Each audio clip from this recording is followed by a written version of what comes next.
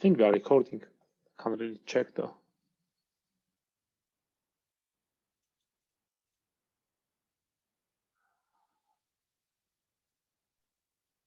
There's a little blinking light saying recording on my screen.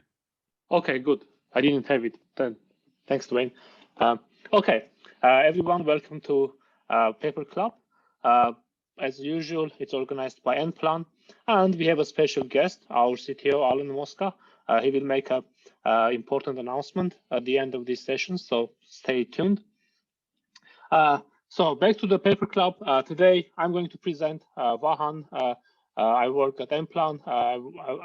I'm an ML engineer. And today we are going to talk about a paper called DEBERTA. So this is another improvement over the famous BERT model. We have done quite a few transformer-based architectures here. We have discussed attention mechanisms and a few versions of BERT. So this is quite well aligned of what we have done so far. Again, I'm going to go over the paper, try to present it, but the best would be if we all contribute. Okay. Cool. So let's start. So the name DEBERTA starts with a D because, well, the D stands for Decoding-enhanced BERT.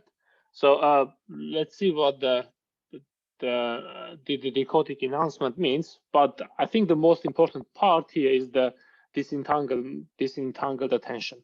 Okay, so there will be two contributions. We will cover both of them. Let's start with the. I'm not going to go into too many details about transformers. We will just look at the formulas in a moment. I might actually even draw on the whiteboard. Let's see how it goes. But on a high level, we can start from right up here with this paragraph here about disentangled attention. So normally what BERT and most of its derivations do is take the word embedding that goes as an input to the transformer and a vector that represents the relative positions of the words in the sentence. Right? For example, there have a few.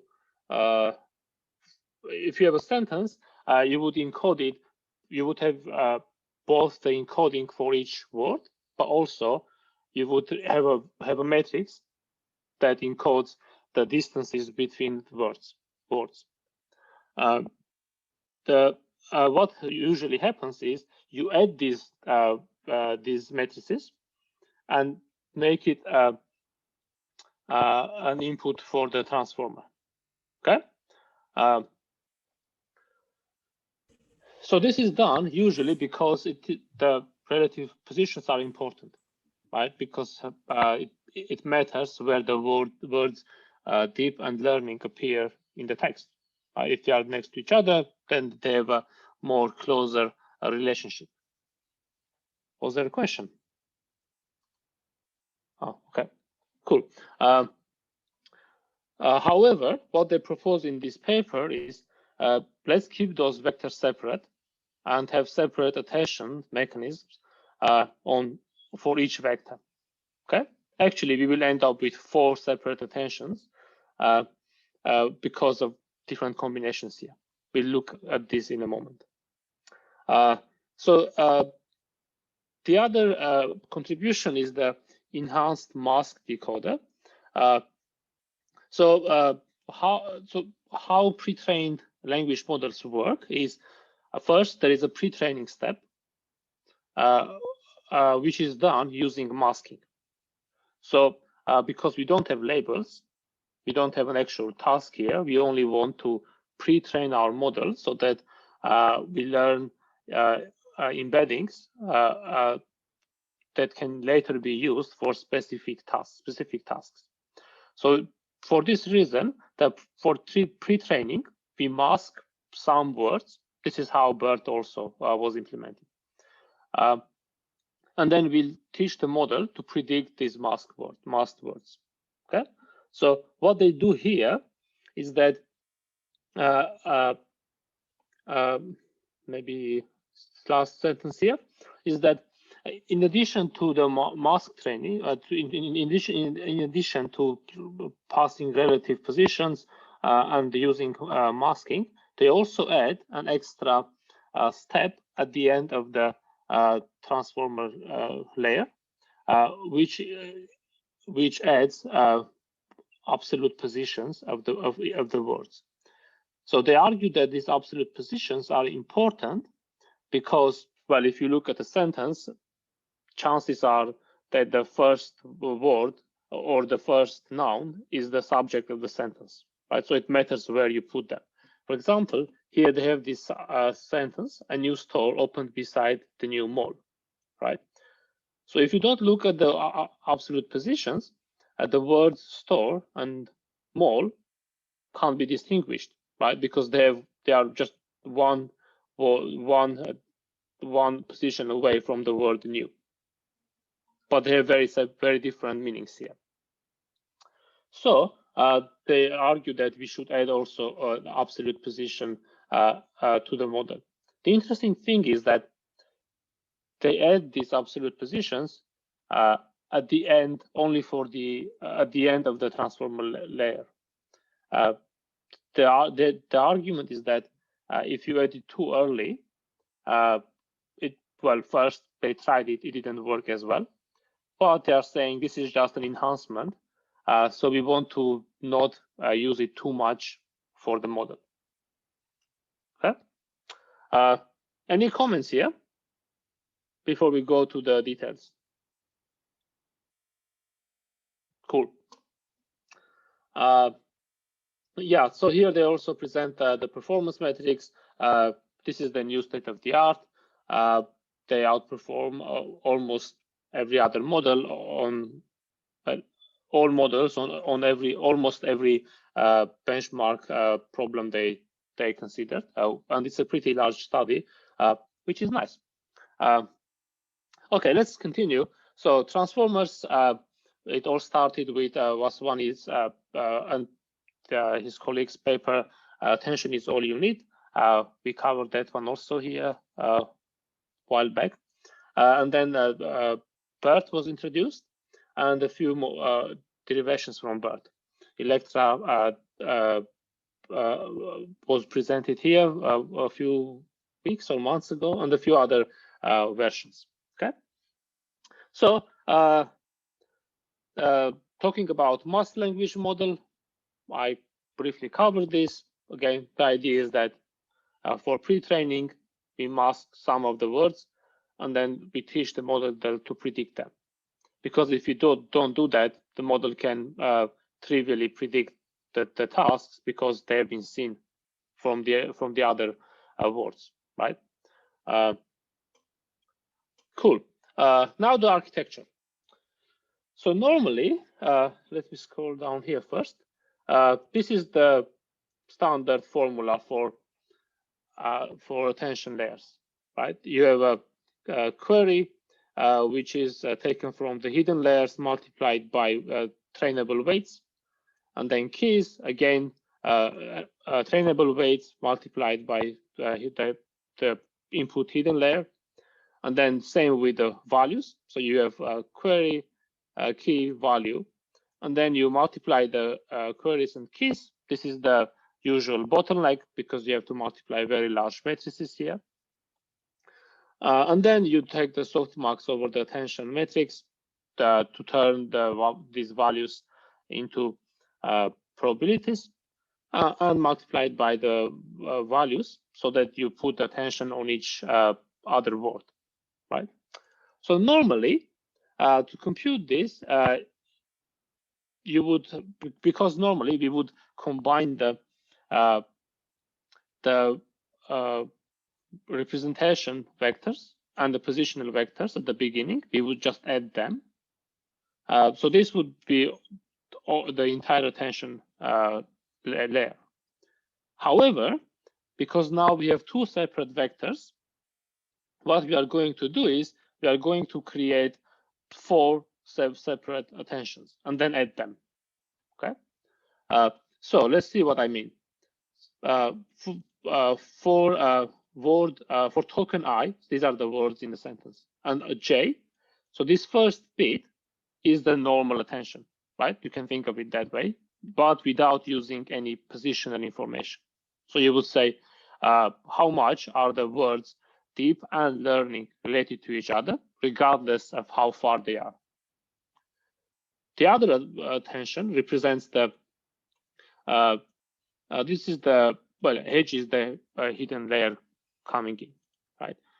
This is called the content to position. So the word I related to the, it's related to the word J's relative position to I, right? So this represents the word and then how far it is from it, without looking at the meaning of the second word, right? So if we say we have a word deep here, we want to get the attention on every other word depending on the distance, but not looking at the content of these other words. So the third part is the opposite. So position related to the content of the words. The last bit is just position to position. So this is not interesting, and they actually drop this. They don't use this for the model, which makes sense, right? You just want to look at the positions. Any comments here?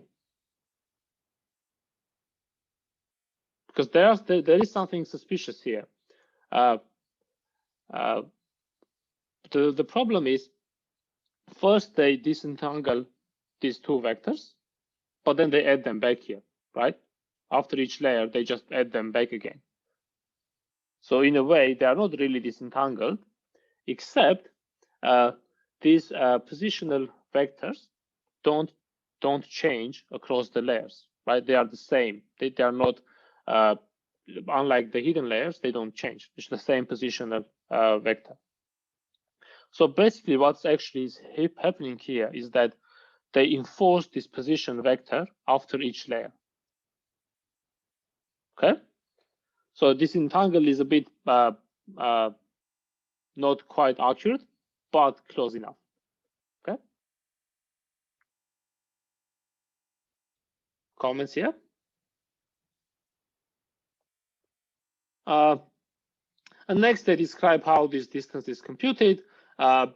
Basically, what this says is, if you have a word here, let's say you take maximum distance 2 or 4, and everything after that will have the same distance. So you would have 0 for the word itself, and then you would have -1 + 1, -2 + 2, and then just 2, 2, 2. So you wouldn't increase the distance too much, because you would assume well, more than certain level, it doesn't matter anymore. Okay, so this is what it does. So usually they use K1 or 2 in the experiments. All right. So back to the attention mechanisms. So this is what we discussed actually. So now, because we have 3 separate attentions, we would have separate weights for each of them. So weight, query, content, weight, key content, and so on, and then weight, query, relative position, key, relative positions. Okay, so those are all trainable weights, which makes the model larger, much larger, by the way.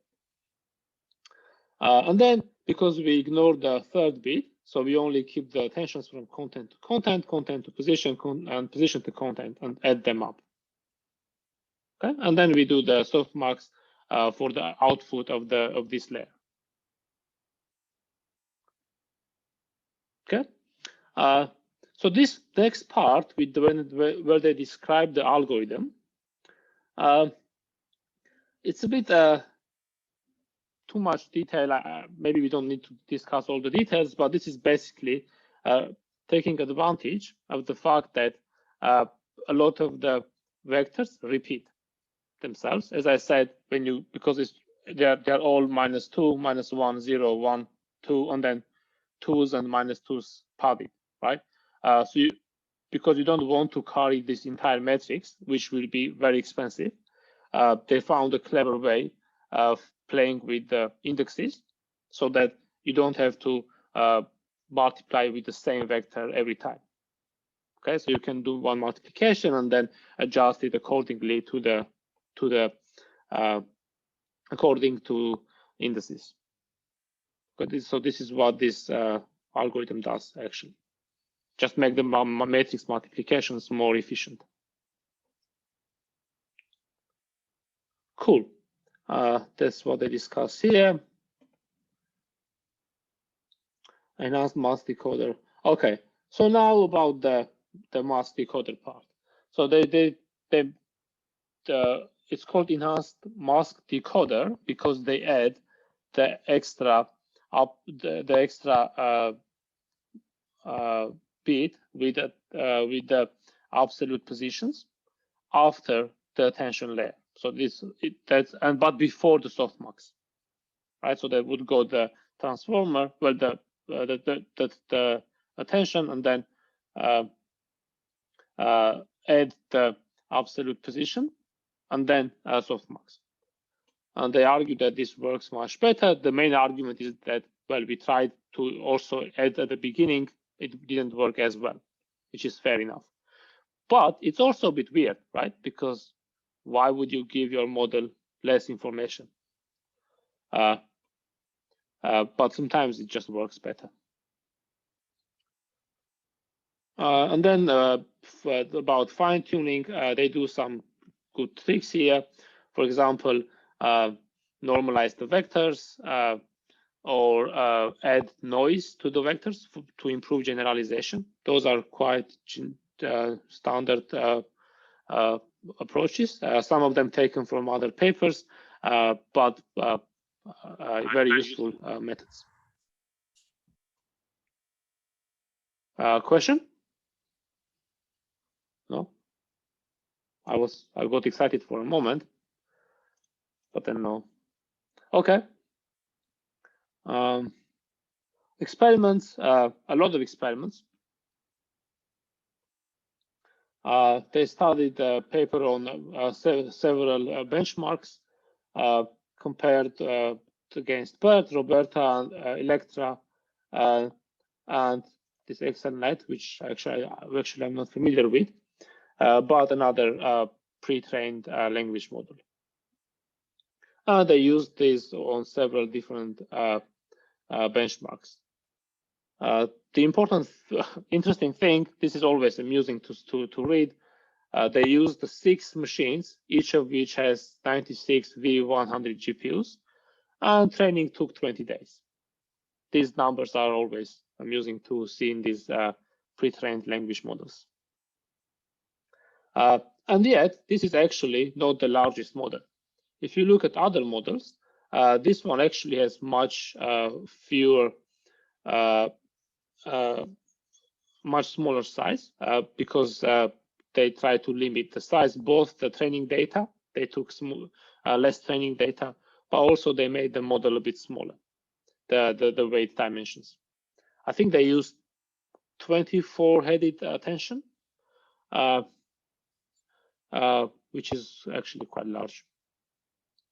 And then they report the numbers. We can look at the tables, a number of algorithms, a number of benchmarks. DEBERTA is always the largest. Oh, this one is actually the larger DEBERTA. So they made it a larger version of it, which is actually interesting. Let's look down here. There's the largest version with, no, not this one, up here, with 1.5 million weights, I think. I think 1.5 million. Anyway, this one is much larger, and to improve the performance, because this is 3 times larger, this model is 3 times larger than the base one. They did a trick, which is also interesting. So what they did is they said, well, let's fix the weights. So we have up here, I'll show up here. Okay, so we have weights for query and content. they also have the query weights for the positions, right? They decide, well, to save some space, let's fix them. So now we have only one weight for query, which becomes kind of against the point, because then you have the same weights, then it becomes very similar to just adding the position and content weights at the beginning. Position and content vectors at the beginning, right? Because you can, if you look here, if you replace these values in the attention here, and then the W's are the same, you can just take them out, right, in the multiplication, and then it just becomes a sum. It's not exactly the same, but it's very similar. But anyway, you have to do, they had to do this to save space and make the training possible. Any comments here? Okay. The last experiment is the ablation study, and I love these experiments because when they do ablation studies in papers, that actually explains a lot, because it seems like they used a few things here and then without much motivation except common sense, right? For example, why do you need 3 parts, but maybe you could use just 2 attentions, right? They could they drop the last one out of 4, but maybe they could also drop 1 extra. So they do these studies so that they drop the content to position, position to content, and then they also drop the enhanced embedding, enhanced mask decoder, and then also they consider dropping 2 components together, right? And the interesting news is that, well, it's hard to see one single component that contributes most to the model's performance. So it's a combination of all of them, right? They all contribute, and it makes sense to keep all of them. So I found this study very useful. Okay. Oh, this is the scale up to 1.5 billion, as I said before. And then they did more experiments, more studies here to show that, oh, there is a chat message. Still, the difference is small, no? In the ablation study. Yes, it is small, but we are trying to beat the state of the art, right? If you compare it with the other models, for example, BERT or ROBERTA, the difference isn't actually is quite large, but they all contribute a bit, right? If you have only C2P here, for example, it's a small increment, right, from ROBERTA, for example. And then you add 1 more, you get another small increment. And then each of them adds 1 small increment. But yes, individually, they contribute very little. And then at the end, we get, let's say, 1% improvement. Cool. They also compare against human performance, which they proudly announced that this is the first paper that consistently outperforms human performance on a Superglue benchmark. Not by much, but actually in some cases by quite a lot. But this is quite encouraging. Okay. Comments here? So this was the main paper. We can scroll down to the appendix to look at some interesting plots. Some more benchmarks, not very interesting, but these plots are actually, let me find them.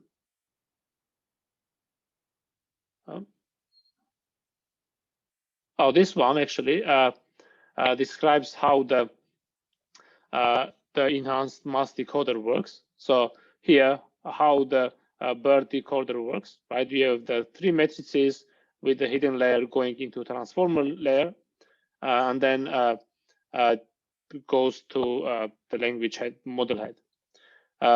The change was that you also add up the absolute positions matrix here on the side, and then it goes into the last transformer layer. Oh, this is also interesting because they do it only for the last transformer layer, not for the ones before. So these are also interesting diagrams. So those are the attention matrices. So you would have number of words, and if you look at Roberta, for example, there are cases when there is a word that is always important, always has high attention, right? And then the rest are on the diagonal. But there is also the first one is the end token, which is fine, right? It should be important. And then they argue that because of the disentanglement, now the attention is much more diagonal without having a single word important for every other word. Okay, and a few more such examples here. Cool. Any comments?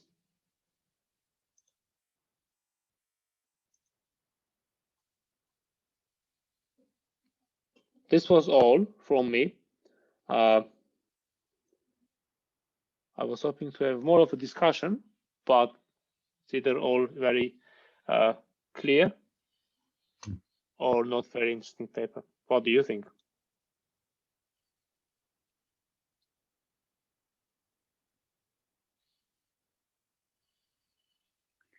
I think the paper was published. Yeah.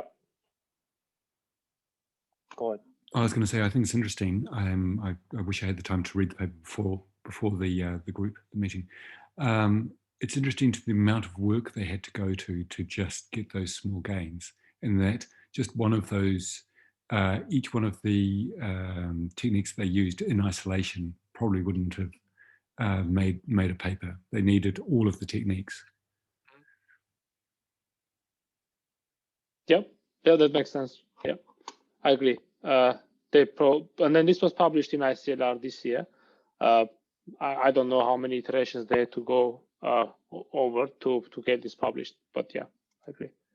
There's a question.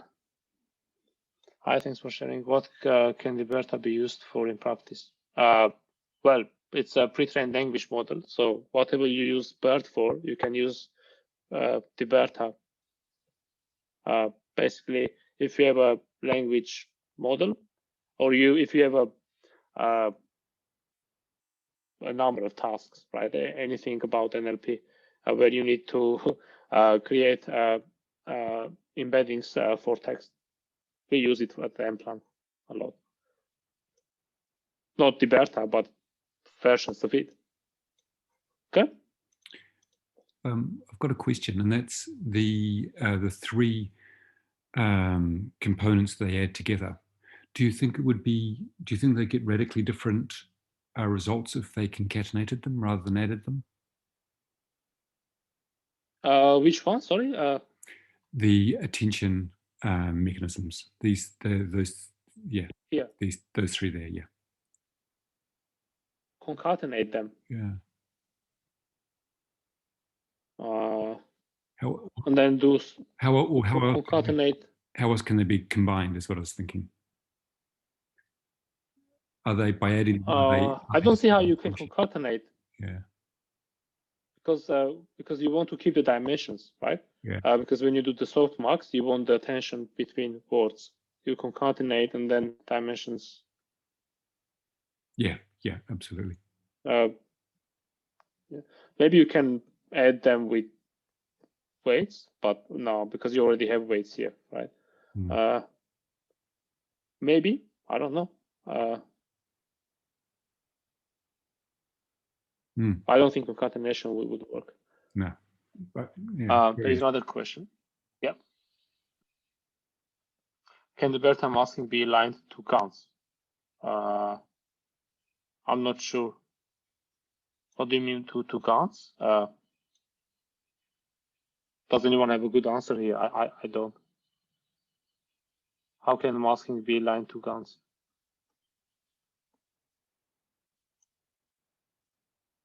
There are a few other questions. Oh, I missed in the chat. Let me read. Yeah, I understand what GANs are, but I'm not sure how the masking would work with GANs or this specific masking. Okay.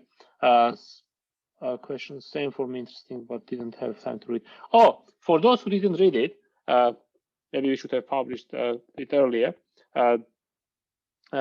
Janik, I forgot his last name, has a YouTube video that discusses this paper, which is quite useful. I found it very interesting. Gave me extra perspective also. So if you actually, in general, if you read a new paper, at least a famous paper, more or less famous paper, you can just search for the name, and there are YouTube videos explaining, and Janik's videos are usually very good. If you don't have time to read, you can just watch the video. Another question, can you comment a little bit more on the tasks they tested the model on? Do you think they may not be showing some tasks in which the model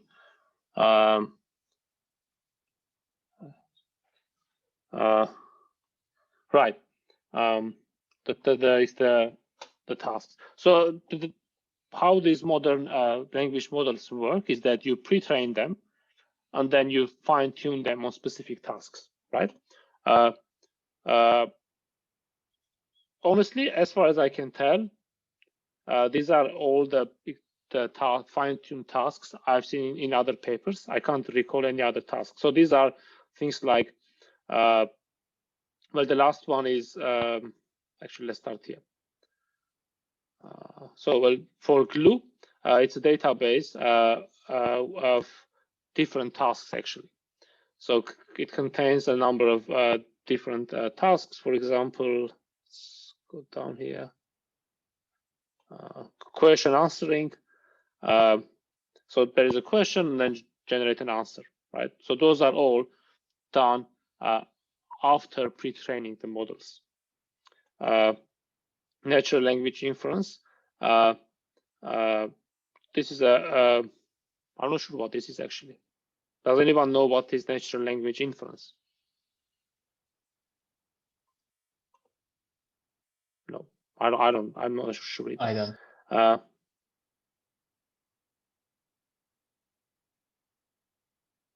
don't.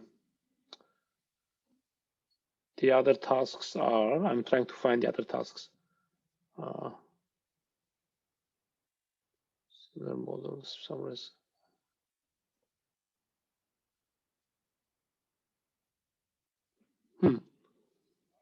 Question answering, it was one of them, but I can't find the other tasks. Let's see. Sorry, natural language. Well, the last one is effectively like you have a piece of text and then you have a proposition of the text and a proposition about the text, and you have to determine whether it's true, false, or irrelevant.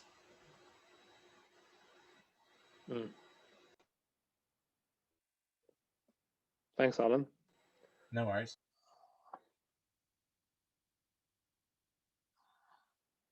So there are a few others here. So let's see what race is.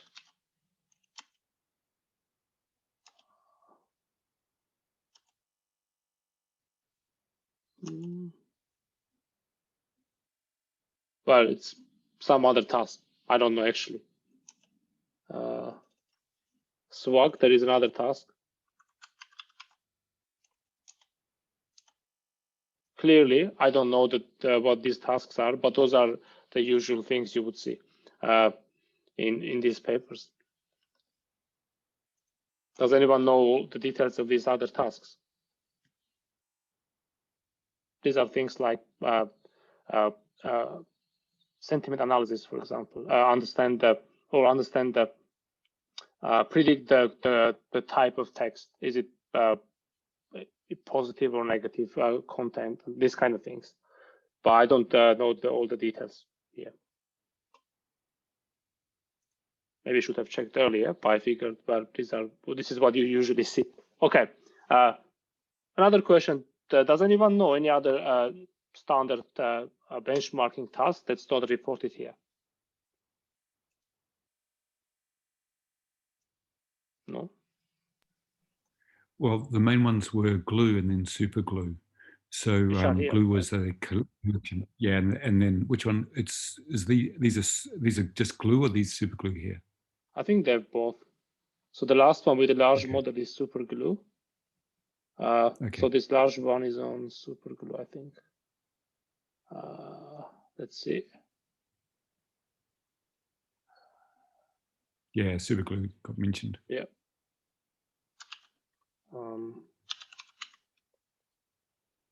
Yeah, it's Superglue. Yeah. Which is the common benchmark, right? They also did, because it also has the human performance.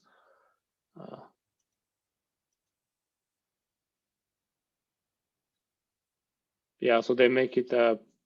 They also argue that actually this model, at least the smaller model, has much fewer parameters than BERT or Roberta, which is a good thing. Cool. More question. Hi, how much computing energy is the number of GPUs?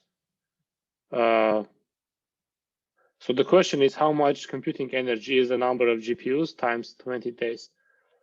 Well, I can't give kilowatts here, but it's a lot.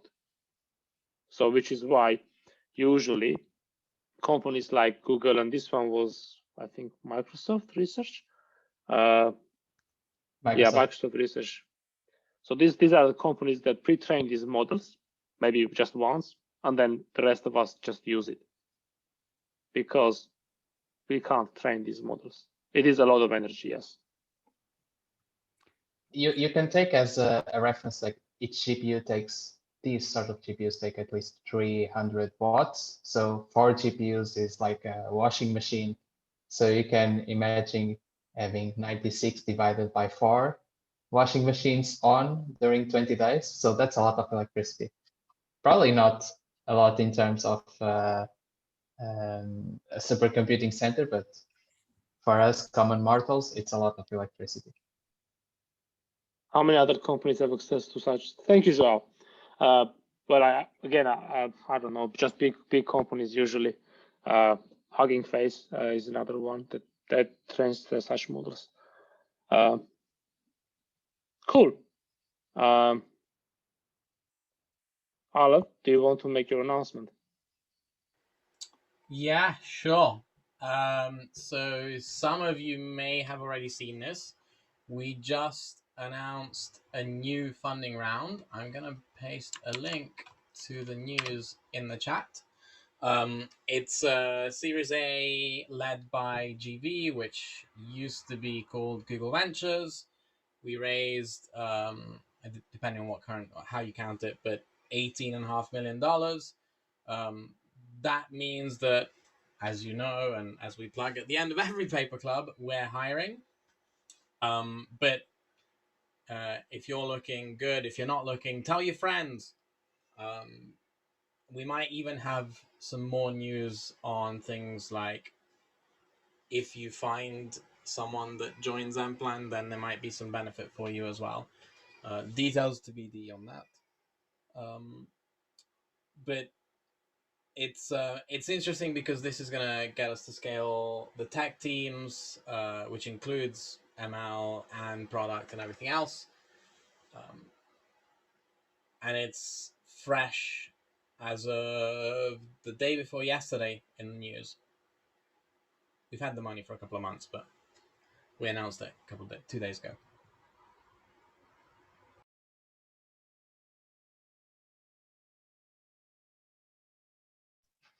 So next paper club would be with Caviar, right? Yes, and champagne. Actually, let's end the recording here and then talk about the finalize. Stop recording.